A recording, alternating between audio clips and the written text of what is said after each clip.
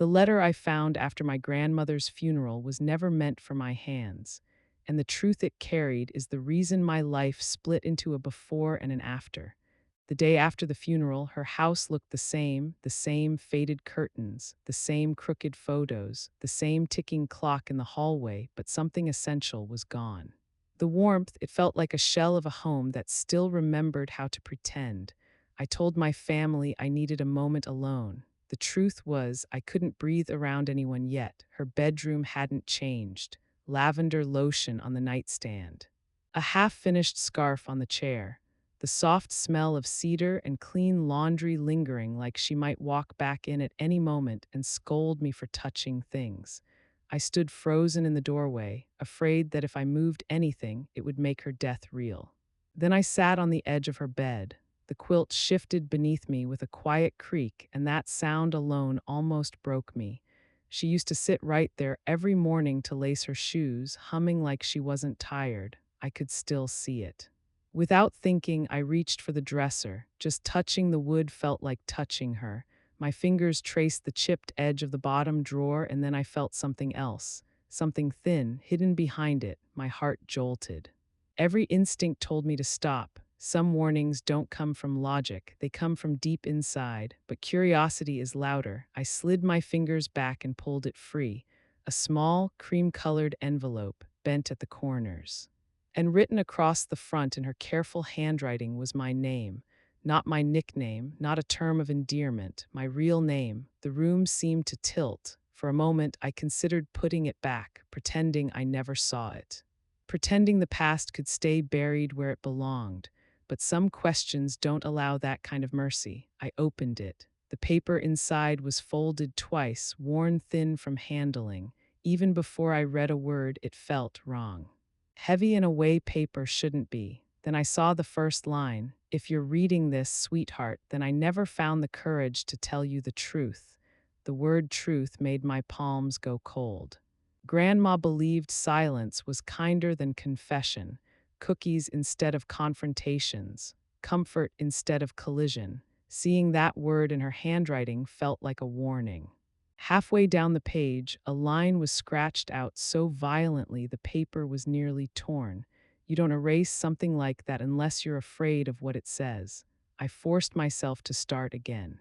She wrote that she had planned to tell me something for years but never found the right moment. She joked that time runs faster than old bones can chase it.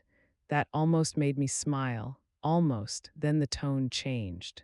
She had carried a secret since before I was born. A secret she believed would change the way I saw my family and myself.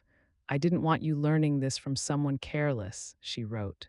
Someone who wouldn't soften the edges. My chest tightened. Who else could possibly tell me something about my own grandmother? My eyes jumped ahead again. Please don't hate me after this. My stomach dropped. Hate her. This was the woman who packed my lunches when I was too old to admit I liked it, who slipped money into my pocket by accident, who rewound the same old movies because they made her feel young. What could she possibly have done that deserved hate? That's when it hit me. This wasn't a goodbye. This was a confession. She wrote that she had lived her entire adult life carrying something she never spoke aloud, because once a truth exists in the open, it can't be taken back. She feared it would twist the way I saw the people I loved. She feared I would look at her differently. And worst of all, she feared I would look at myself differently. She said there was a version of her life no one in my family knew about. Not my mother, not my uncles, not even my grandfather. A life that existed only in memory and now in ink.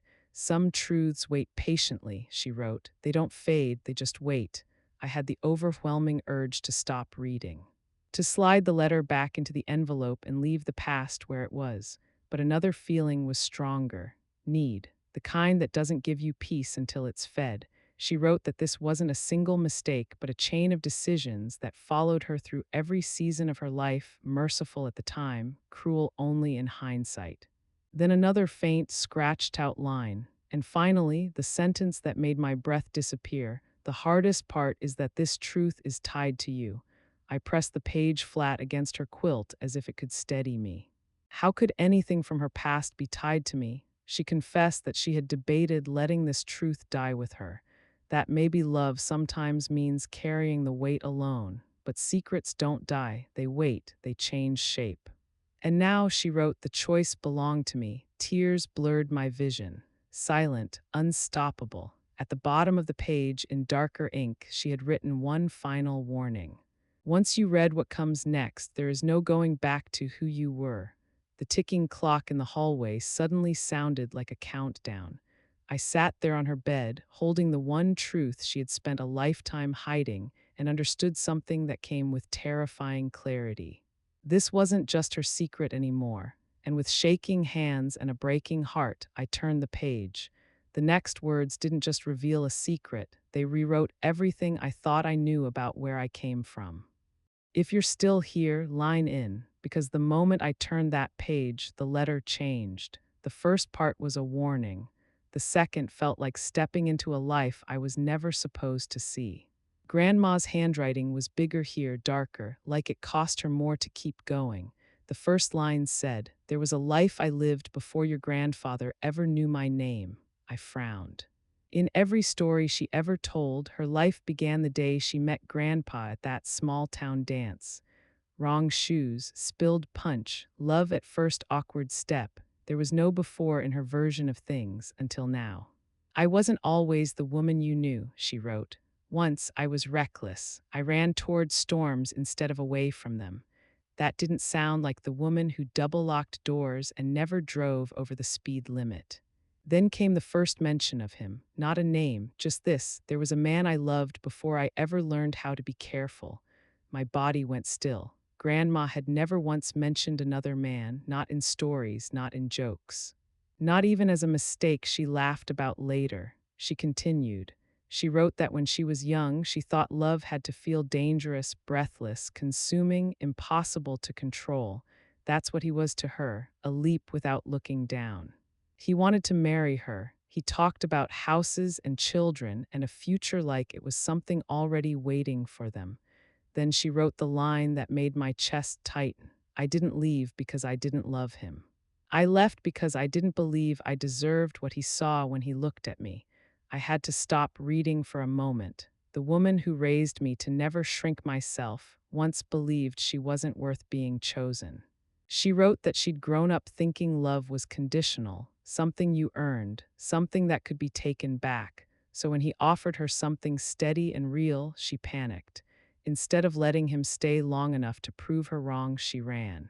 I broke his heart before he could see all the ways I was already breaking. Then the years moved forward. She learned how to smile on cue, how to hide regret in small places, how to build a life on top of a decision she never stopped replaying. And then she met my grandfather. He was not a storm, she wrote. He was a slow sunrise. She grew to love him deeply, not with wild intensity, but with something solid. Something that could hold up a family. Then the ink darkened again. I never told him about the man who came before him. My throat went dry. She wrote that she believed it would be kinder that way. That letting a ghost live beside them, even silently, would be cruel. And maybe that would have been the end of it if he hadn't come back. I reread that line twice, then again. He found me again years after I married your grandfather. My pulse jumped. One afternoon, she received a letter with no return address, just her name in a handwriting she recognized instantly. She almost threw it away. Almost. Inside was a single page, no anger, no blame, just him saying he still thought about her, that he wondered what might have been, that he hoped she was happy, and that he couldn't shake the feeling that their story wasn't really finished. She wanted to write back, but she thought of Grandpa, of my mother still small, of the life she'd already chosen. So she folded the letter and buried it. Then he asked to see her. One conversation, one afternoon. One chance to close what they never closed. She didn't go, she never answered, and that silence haunted her for the rest of her life. She later saw him once by accident, across a street, older, softer, still familiar. He didn't glare. He didn't accuse, he just looked at her long enough to say everything he never said, then nodded once and walked away. That was the last time she saw him, but not the last time she felt him in her life. Her hand pressed harder into the page. Before he let me go for good, she wrote, he said something I have never been able to forget. My heartbeat thudded in my ears. She wrote his words slowly, like each one still hurt. One day, someone you love is going to come looking for me. The room seemed to tilt. Someone she loved, someone like me. She wrote that she laughed when he said it, called him dramatic, told him her future no longer belonged to him. But as the years passed, that sentence stayed with her, not as a memory, as a warning. I spent my whole life hoping no one would ever have a reason to say his name again. She underlined it twice. She said she never told my mother. Never told her sons because she didn't want their lives tracing back to a man who only belonged to the girl she used to be. He belonged to who I was, she wrote, not who I became. But one fear followed her through every decade. What if my past didn't stay buried? Weddings, births, family dinners. Every time she looked at the faces she loved, she wondered if one day they would go looking for the man she never truly said goodbye to. Then came the line that made my stomach turn cold, especially when someone looks too much like what you thought you left behind. My breath caught because suddenly I understood. This wasn't just her old heartbreak, this was about me. She ended the page with the sentence that wrapped the truth tight around my ribs. The reason I kept this secret from everyone else is simple. You're the only one it was always going to find. My hands were slick with sweat. Whatever this old love had to do with my life, I was about to learn it, and I wasn't sure I would survive knowing. The next page didn't just reveal his name, it made me question whether the man I called my grandfather was really the first man in my story. I stared at the words at the bottom of the last page. You're the only one it was always going to find. They hummed in my chest like a warning I couldn't silence. Across the room, my reflection stared back at me from the dark screen of her TV. Same face, same eyes, same crooked smile I'd practiced in mirrors my whole life, and yet suddenly none of it felt like mine anymore. With unsteady hands, I turned the page. The handwriting at the top wavered, like her grip had weakened when she reached this part. I am afraid of this next truth, she wrote, because once it's spoken, not even memory can soften it. My breath caught, then she continued. There was something he said before he walked out of my life that I tried to forget and never could. She described their last real conversation, not the quiet glance years later. The final night they truly spoke, rain at the windows. Late hour, his clothes soaked through, his eyes exhausted in the way only heartbreak can carve into a face. She begged him to leave her alone. He begged her to stay, and just before turning away, he said the sentence that froze her where she stood. She copied it carefully, like even writing it decades later made her hands unsteady. If you ever have a child who looks like me, you'll know you were never done with me. The room tilted. That wasn't romance. That was a prediction. She wrote that she laughed then, called him cruel, accused him of trying to poison her future, but he didn't argue. He just looked at her with quiet certainty, and certainty is terrifying when you're trying to run. For a long time, she buried those words under marriage and ordinary years, until life circled back. The first time your mother brought you to meet me, she wrote, you were 6 weeks old. My chest tightened. She said her heart nearly stopped when she saw my face, not because I was beautiful, but because I felt familiar in a way memory alone couldn't explain. You had his eyes, not similar, not close, his. She told herself she was imagining it. Everyone projects onto babies. Everyone sees ghosts where they want to. Then she saw my smile, the slight tilt of my mouth, the way my expressions rose and fell, and doubt took root. She prayed she was wrong, prayed memory was lying. Prayers didn't change what her heart recognized. Weeks passed, then years, and instead of fading, the resemblance sharpened. She wrote, it would have been easier if you had grown out of it. I didn't. The older I became, the harder it was for her to deny what she saw. She called the guilt a quiet rot, something invisible, something that weakened everything from the inside. Then came the line that made my fingers go numb. I began watching you the way someone watches a mirror they don't fully trust. That hurt to read, because I had loved her without suspicion, and all that time I had been standing in front of a truth she was afraid to name. She wrote that one night when I was still very young, she compared a photograph of me to her memory of him. She stared at it until her vision blurred. Then she folded the picture against her chest and whispered, "Please let me be wrong," and burned it. She burned the comparison. She wrote that she did it for me so I wouldn't grow up as a question before I had the chance to become a person. Then she admitted, "I never doubted your heart, only where it might have come from." My hands shook. She trusted my kindness, my gentleness, but she did not trust coincidence, and life had given her too many. Then came the line that shattered what little safety I still had. Long after I believed he was gone for good, I heard from him again. My breath caught. Again, she wrote that it was only a note slipped beneath her door while Grandpa was at work.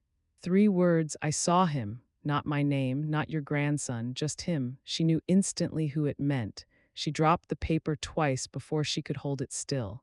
She sat on the kitchen floor afterward, staring at the door, waiting for footsteps that never came.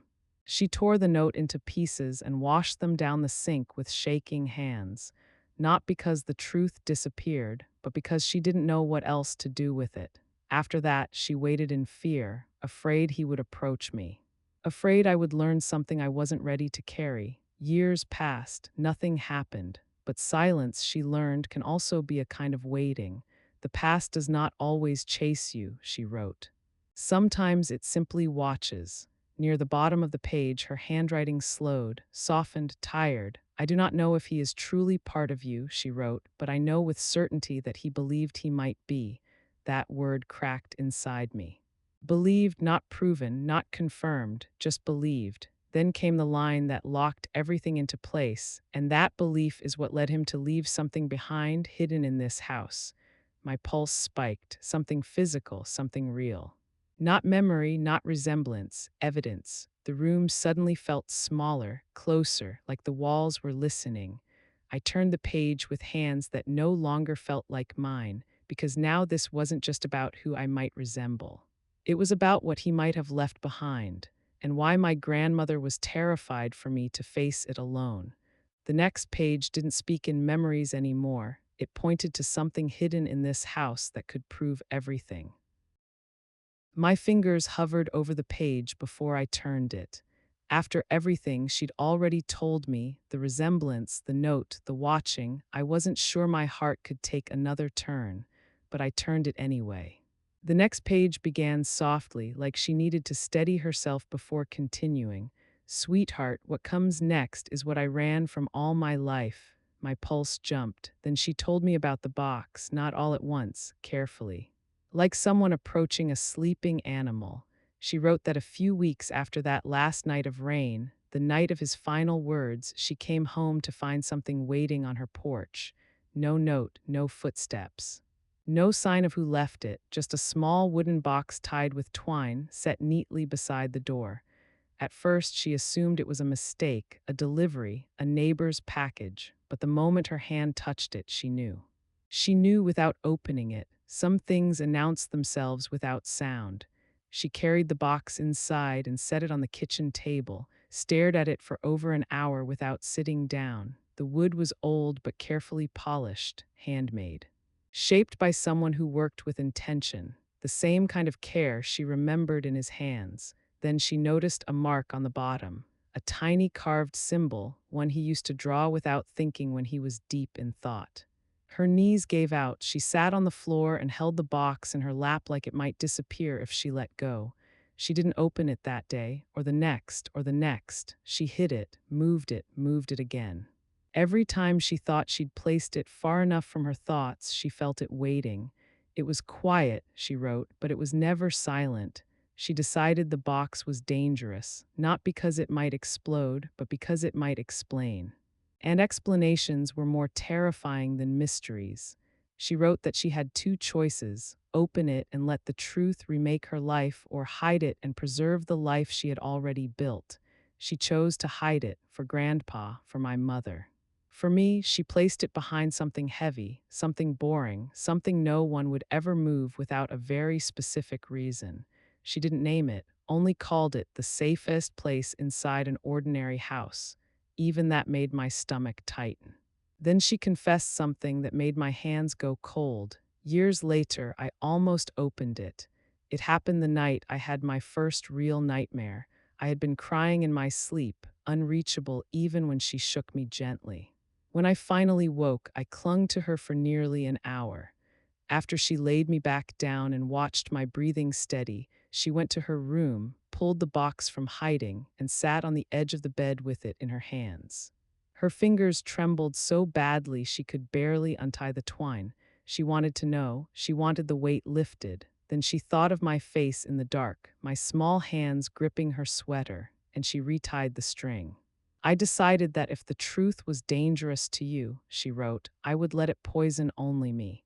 The letter grew heavier after that, less memory, more fear. She admitted that over the years she began noticing things. A car that appeared too often, a figure she sometimes thought she saw across the street, someone who vanished when she looked twice. At first she called it imagination, then paranoia, then age. But fear doesn't disappear just because you rename it. I lived with the feeling of being watched, she wrote, even when I never caught anyone watching. Years passed without incident until the Christmas card. An envelope addressed only to my mother, no return address. Inside, a polite holiday message, ordinary in every way except the handwriting, his. She burned it in the sink before anyone else could see it. Told Grandpa it was junk mail. That lie, she admitted, hurt almost as much as the fear itself. Then came the part that twisted my stomach into knots. The last time I received anything from him, you were still a baby. It wasn't a letter. Not a card, a note slipped beneath the front door in the middle of the afternoon. Only 3 words, I saw him. She wrote that when she read it, the past collapsed into the present in a single breath.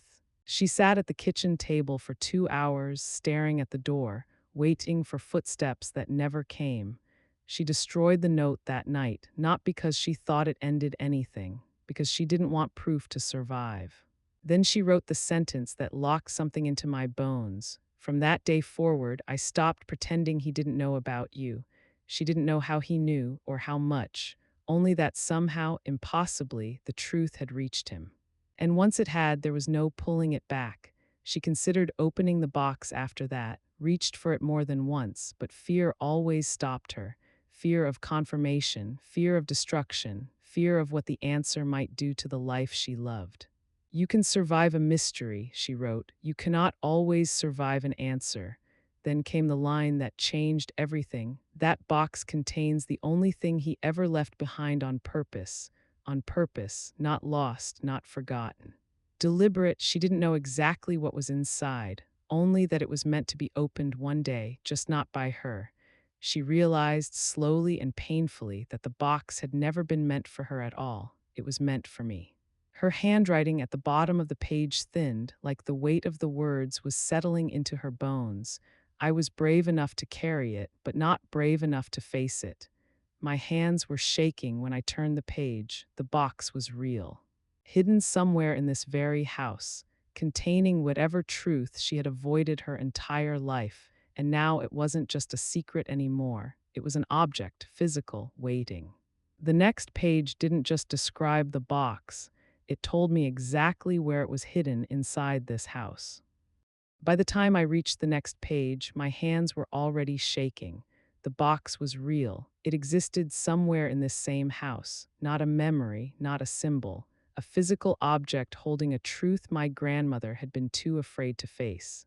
Her handwriting on this page was smaller, tighter, like she was afraid the words themselves might hear her. Sweetheart, what frightens me most is not what's inside the box. I swallowed. It's how easy it is to reach. My stomach dropped. Then she finally told me where she hid it, not immediately. She described the place first, the way someone circles around a wound before touching it, a spot in the house that felt permanent, a piece of furniture nobody ever questioned.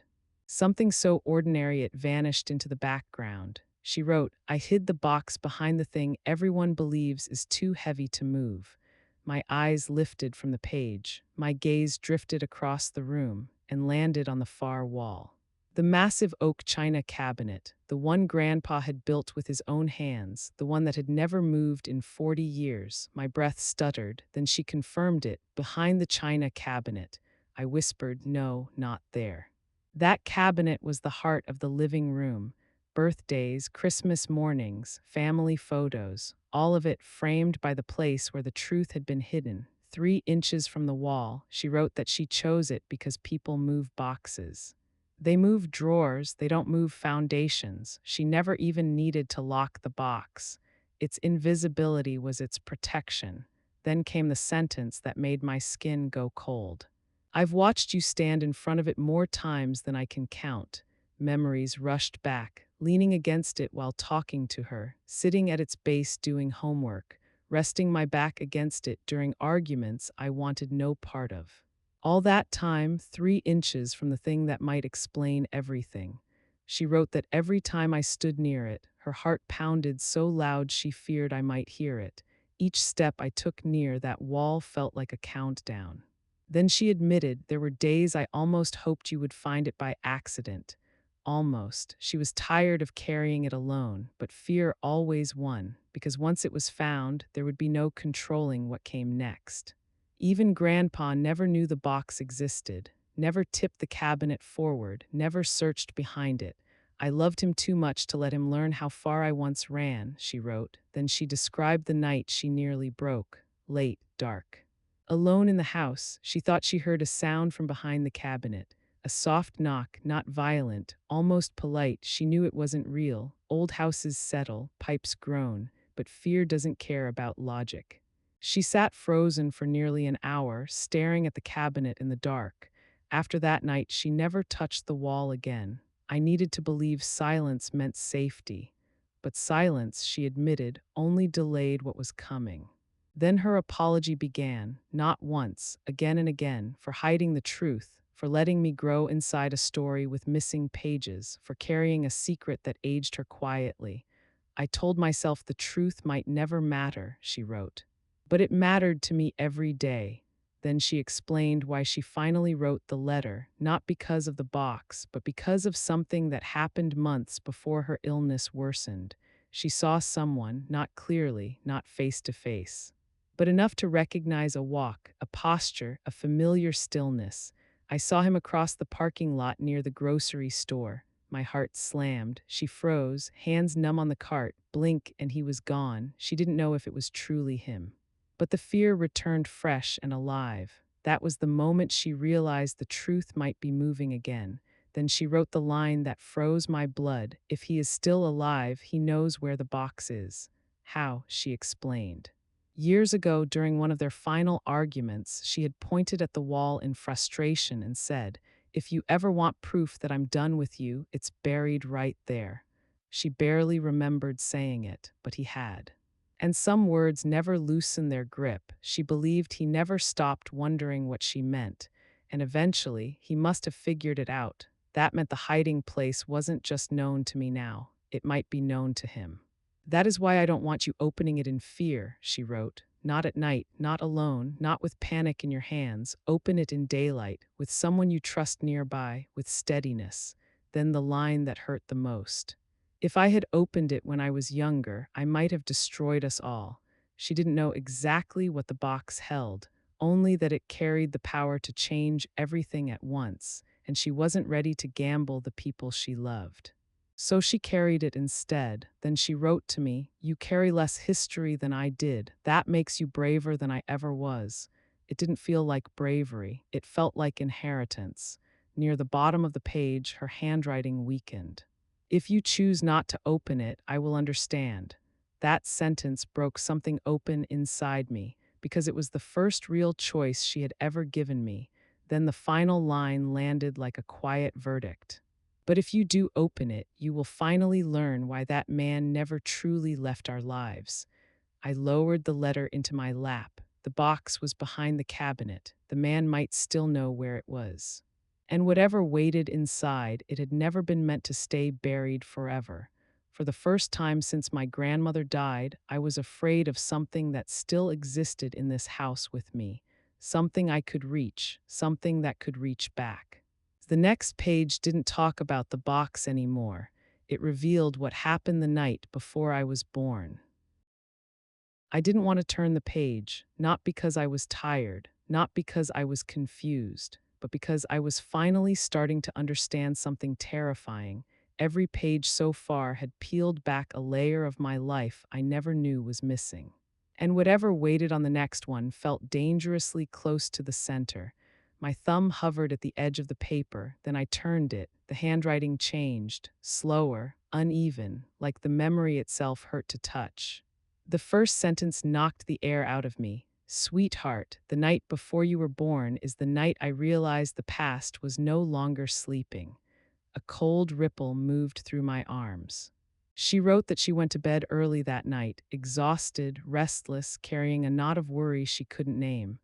The house was quiet in that deep way only late nights are quiet. Grandpa fell asleep quickly. She didn't. Around 2 in the morning, she heard something, not loud, not sudden, a soft, deliberate sound like a shoe brushing wood on the porch. She told herself it was nothing, wind, a branch, the house settling. Then it came again, slow, measured, careful. Footsteps, her heart hammered so hard she thought it might wake Grandpa. She didn't move, didn't breathe, just listened as the steps crossed the porch and stopped at the front door. Then came the knock, not sharp, not angry, 3 quiet taps. The kind of knock you use when you're afraid to startle someone.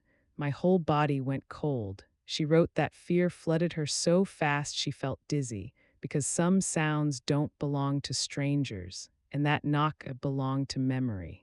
She didn't get up, didn't call out, didn't wake Grandpa. She lay there in the dark, whispering inside her head, "Please go away, please go away." The knock came again, 3 taps, then silence. She waited, 5 minutes, 10. Her heart refused to slow. Finally, she slipped out of bed. Her legs shook as she crossed the hall. Every step felt like walking underwater. She pulled the curtain back an inch. The porch was empty, no figure, no car. Just the dim porch light swaying slightly. But on the welcome mat, something was sitting there, small, still. She didn't open the door, didn't touch it, didn't even bend down to look closely. She just stared at it until the fear became too loud to bear, then backed away and returned to bed. She never told Grandpa, never checked the porch that night. I didn't need to see his face, she wrote, to know who had been there. The next line made my stomach drop. You were born the very next morning. I felt everything inside me clench. She went into labor before dawn, the rush, the bright hospital lights, the noise, the prayers. Life got loud so fast that the fear from the night before had to move aside. But it didn't leave, it waited. She wrote that while my mother was in labor, she watched the hallway more than the clock, kept expecting to see someone at the far end, a familiar walk, a familiar stillness. No one came.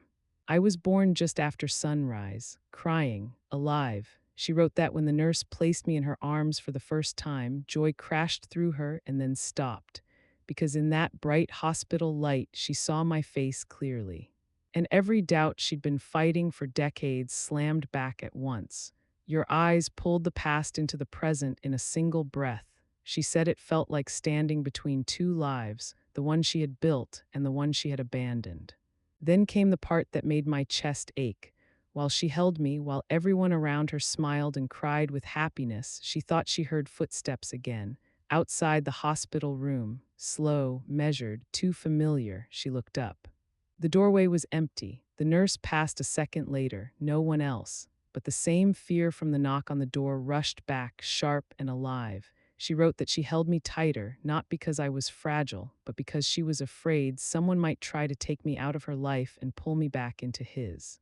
After the hospital, she never spoke of that night again. She came home days later. The object on the welcome mat was gone, no trace, no explanation, just absence.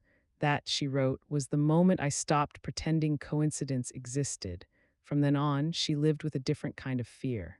Not a ghost in the attic, a living awareness that someone out there knew about me, knew when I was born, knew where I lived, and might one day want answers. She became more careful, different routes to the store, checking locks twice, looking a little too long at unfamiliar cars, and she never ever moved the china cabinet.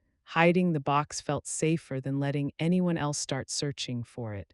I didn't know whether he wanted proof, she wrote, or forgiveness, or something worse, but she was certain of one thing. The knock was not meant for me. It was meant for what I represented, for what I might one day confirm. My hands were shaking so badly now I had to set the letter down. I stared at the wall, at the cabinet. At the narrow space behind it, that 3-inch gap suddenly felt enormous. When I picked the letter up again, the ink looked thinner, fainter. She wrote about the years after, how she watched me grow with love and fear knotted together inside her. Every milestone doubled, joy for who I was, terror for what I might be to someone else. She expected him to knock again, to show up on the porch, to finally demand the truth. He never did. Years turned into silence.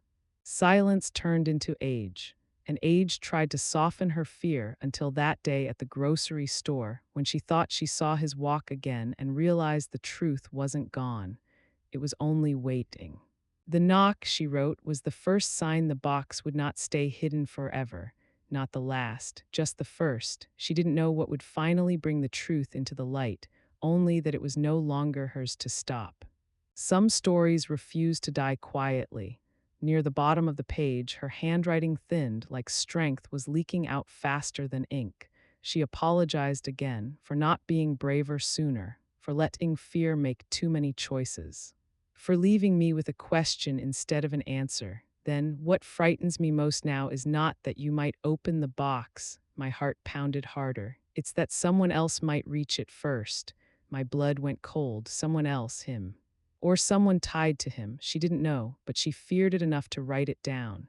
She ended with one last warning that felt like ice sliding down my spine. If that box disappears before you read these words, the truth will come to you in a much harsher way than I ever wanted. I lowered the letter. My mouth was dry, my chest hurt. The night before I was born hadn't just been fear. It had been the first knock of a story that had been following me my entire life. And now, in this quiet house, with the cabinet against the wall and the box somewhere behind it, that story no longer felt distant. The box wasn't just hidden anymore, it was vulnerable.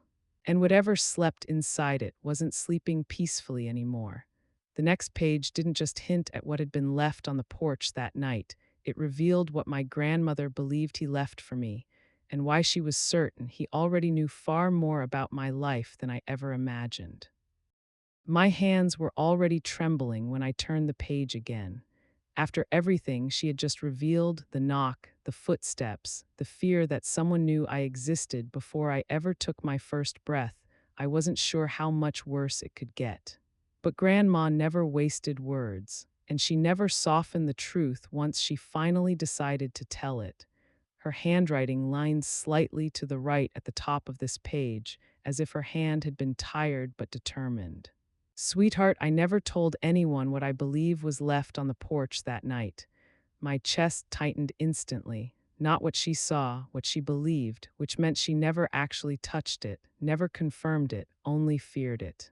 She wrote that she thought about that small object on the welcome mat every day for years, in the quiet, in prayer, in nightmares that felt too real to shrug off. She said that in her heart, she knew it hadn't been random, it hadn't been trash. It hadn't been mistaken delivery, it hadn't been coincidence. She believed it had been a message, not for her, for the truth. She wrote, I believe he left proof that night. My breath caught painfully in my throat. Proof of what? Of me, of him. Of something that tied our lives together in a way she never wanted confirmed. She said she didn't check the porch because she was afraid that if she touched whatever it was, she'd be admitting what she already suspected. And once something is admitted, it becomes real. She wrote that she lay awake until dawn, staring at the doorway, bargaining with God in whispers. If the object was gone by daylight, she told herself, then she would pretend it had never existed. She would treat it like a nightmare that fades once you open your eyes. When morning came and Grandpa left early to run errands, she finally gathered the courage to look through the front window again. The porch was empty. The mat was bare. Whatever had been there was gone. She should have felt relief. Instead, she felt terror, because something that disappears on its own was never meant to be seen by everyone, only by the person it was placed for, which meant it hadn't truly vanished. It had only moved, she wrote. That was the moment I believed the truth had already begun choosing its path.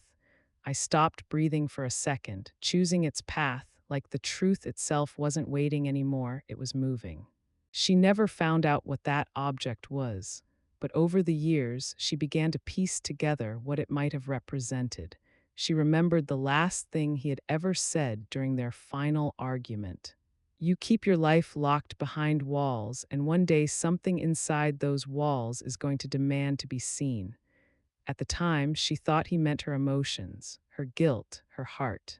But after the porch, after the box, after me, she realized he might have meant something far more literal, something that could be carried, something that could be shown. She began to fear that whatever he left that night was connected to the box behind the cabinet. That it was the opening move in a truth he intended to push into the light. She never found any trace of it. But that didn't stop the feeling that it had done exactly what it was supposed to do. It had stirred the future, she wrote. I cannot be certain what he left, but I am certain it was not meant to stay outside. I swallowed hard. Somewhere deep in my chest, dread coiled tighter. Then she told me something I had never known about my childhood, something small. Something that had meant nothing to me at the time, but to her it had meant everything. She wrote that when I was 3 years old, I had gotten sick with a fever that wouldn't break. Nothing serious, nothing dramatic.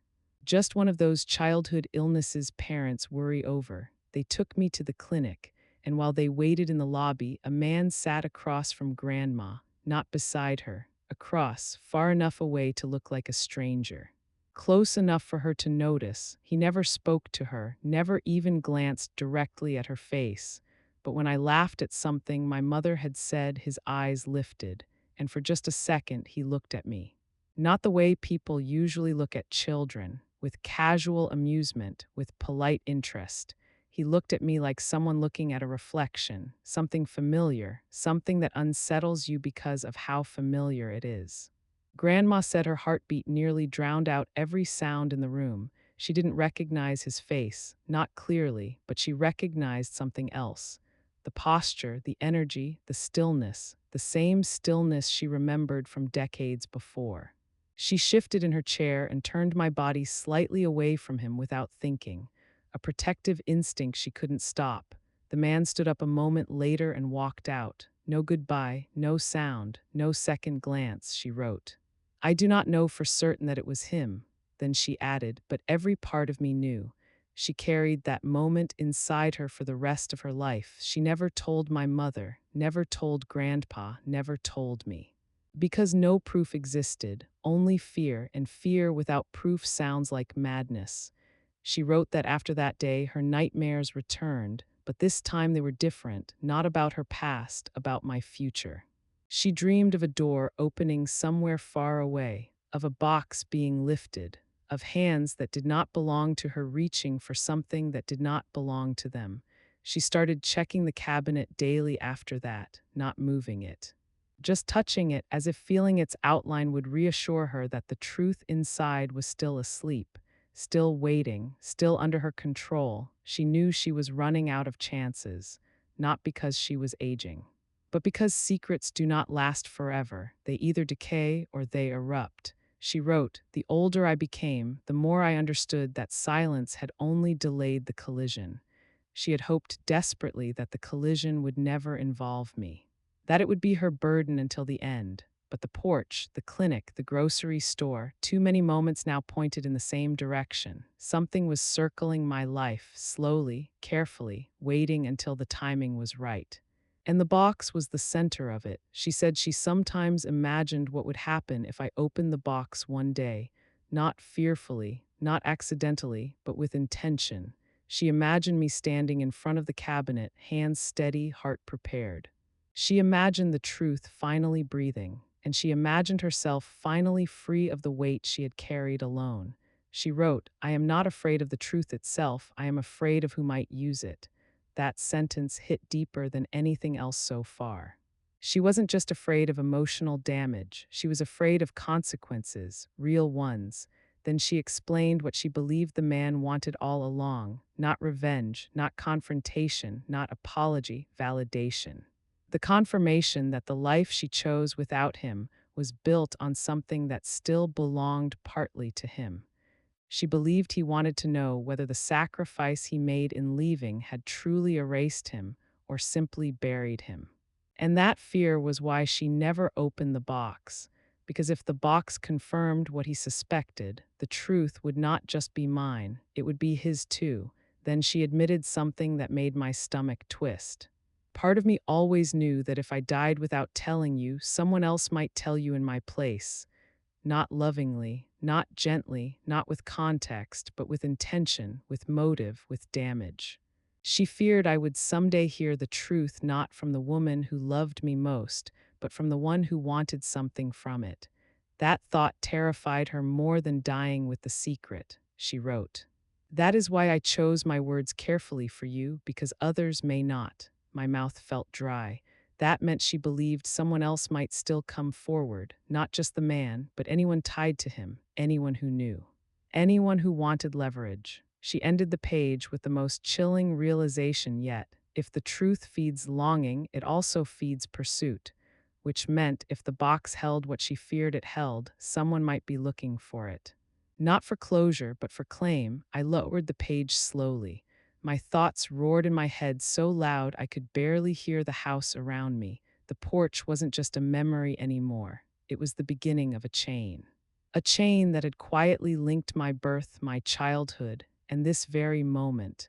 Whatever waited behind the cabinet was no longer just a family secret. It was a target. And suddenly the fear in Grandma's words felt terrifyingly present, not historical, not distant, current, alive, waiting for the wrong hands to reach it first.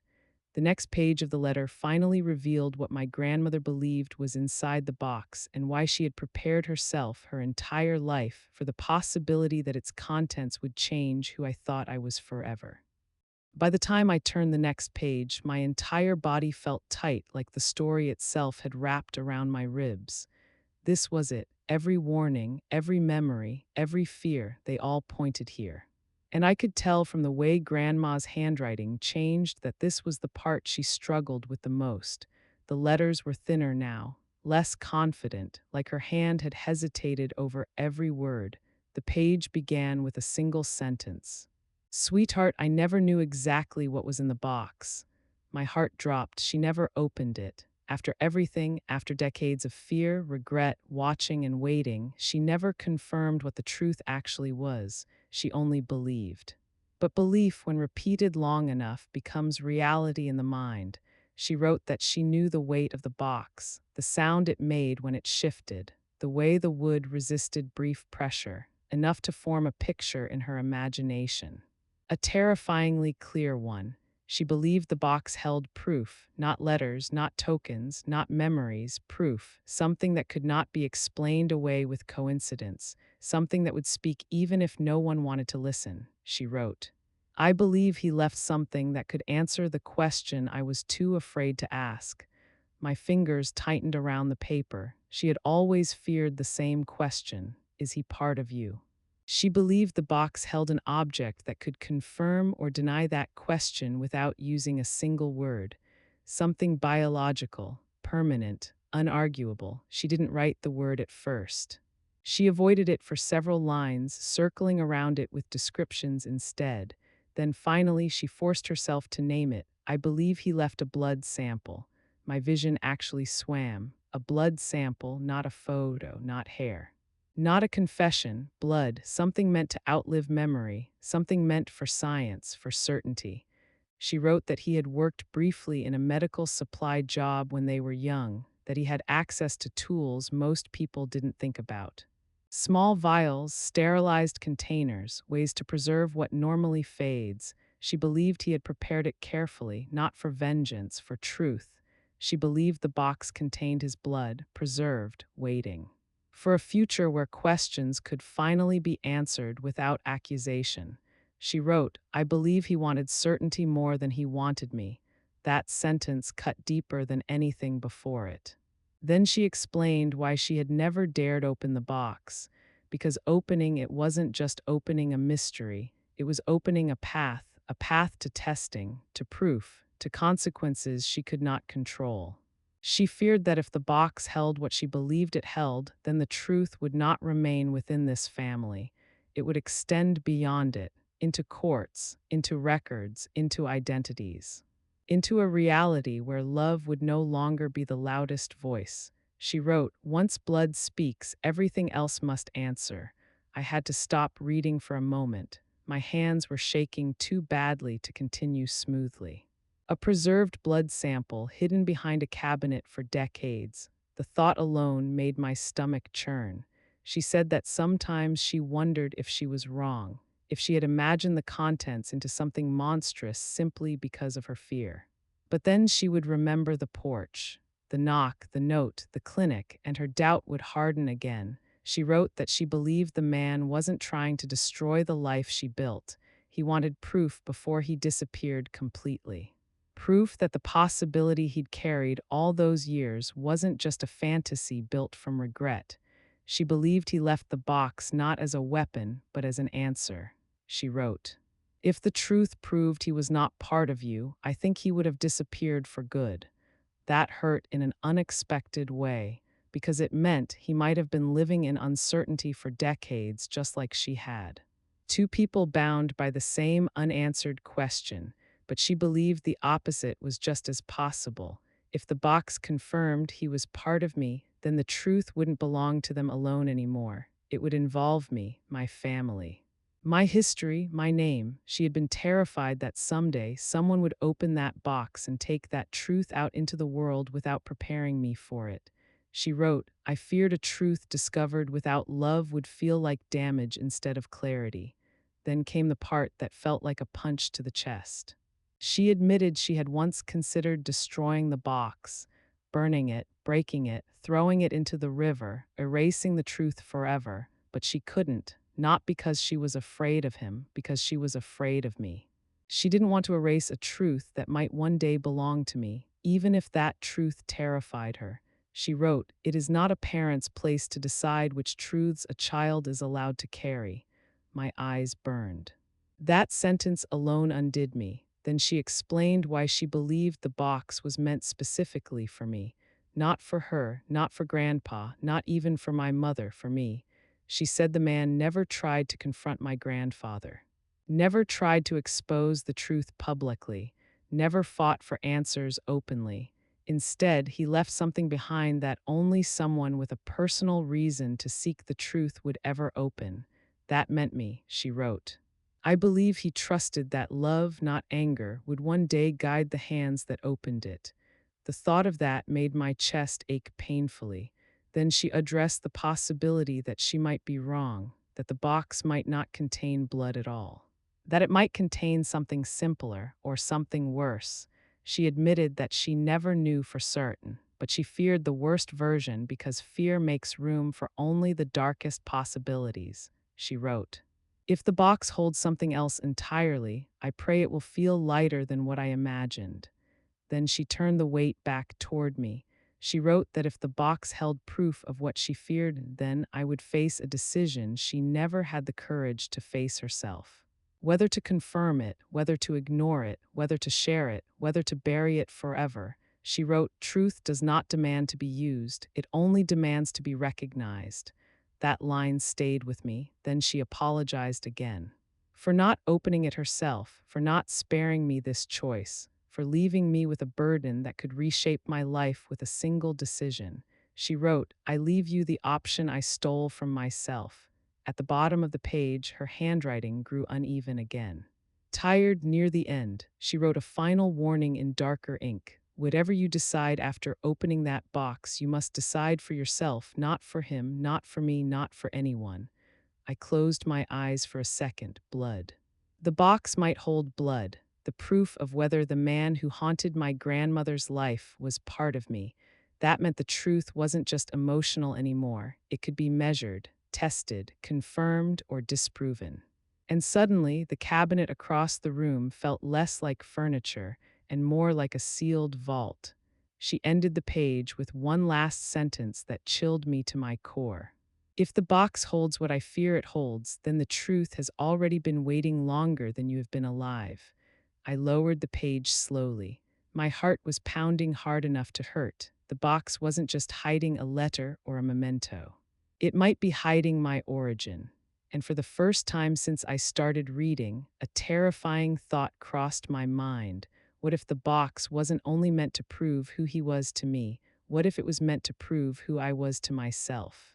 The last page of the letter doesn't talk about the box at all. It talks about me, about the promise my grandmother made the night she heard that knock, and the choice she prayed I would not be forced to make too soon. The last page of Grandma's letter felt heavier than all the others, not because it held more fear, not because it held more mystery, but because it no longer spoke about the box, it spoke about me. Her handwriting had changed again, shakier but calmer, like someone who had finally said everything they were afraid to say and now only wanted to speak from the heart. The first line undid me. Sweetheart, if you've read this far, then you are already braver than I ever was.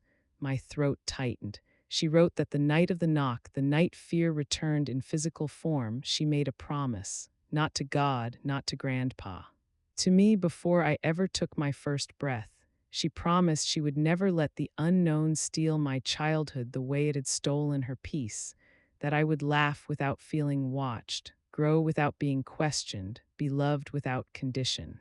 And she kept that promise. Every scraped knee she kissed, every school performance she clapped too loudly at, every moment she chose love over fear. If love could erase fear, she wrote, you would never have needed this letter. Then she faced the truth plainly. Not about the man, not about the box, about what it all truly meant. She said blood might explain where a person comes from, but it never explains who a person becomes. She had watched me choose kindness when cruelty was easier. Truth when lies would have protected me. Courage in moments where she once chose silence. Whatever the box reveals, she wrote, it does not have the power to rewrite the soul I already know. My vision blurred. She admitted she once feared the truth would make me doubt my place in the family. My mother's love, Grandpa's love, her love. But in her final years, she came to believe something stronger. Truth does not cancel love. It only explains the road that led to it. Then came her hardest confession.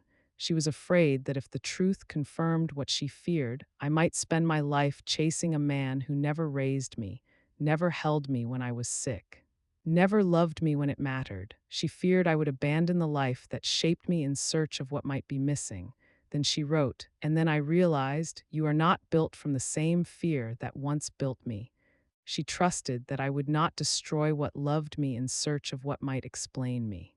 Then she spoke of Grandpa, quietly, gently. She asked me not to let him become a casualty of her past. She reminded me of the man who taught me to ride a bike, who held my hand in hospital rooms, who loved me without conditions or doubt. Nothing in that box can take away the life he gave you.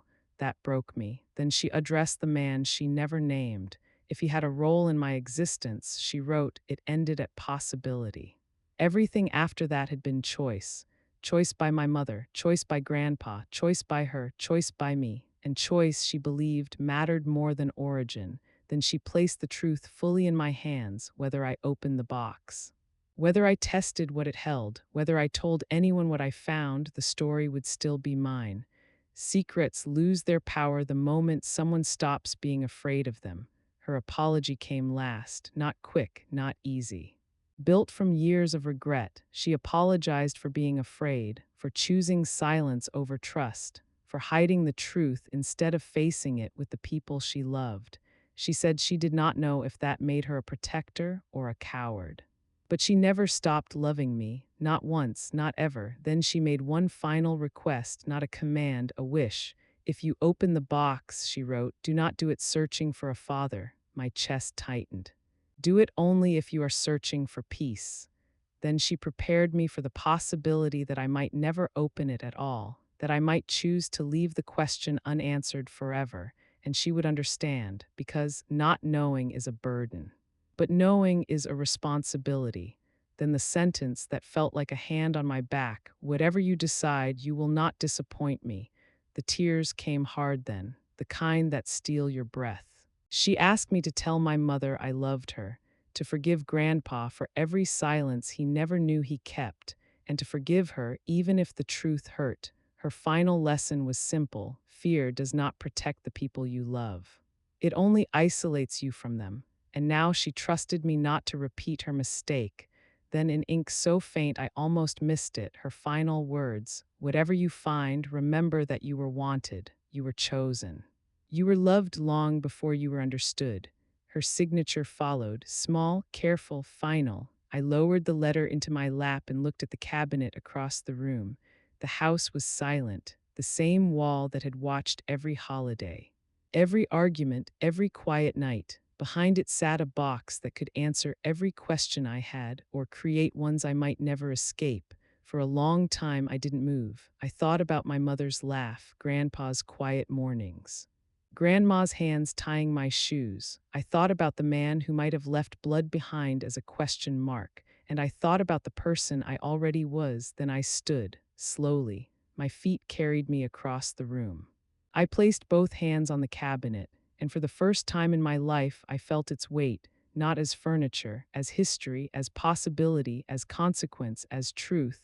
I looked once more at Grandma's letter, at the life she carried in silence, at the fear she turned into love, and then I made my decision: whether the box would remain hidden or be pulled into the light, whether the truth would stay a question or finally become an answer. That choice was mine.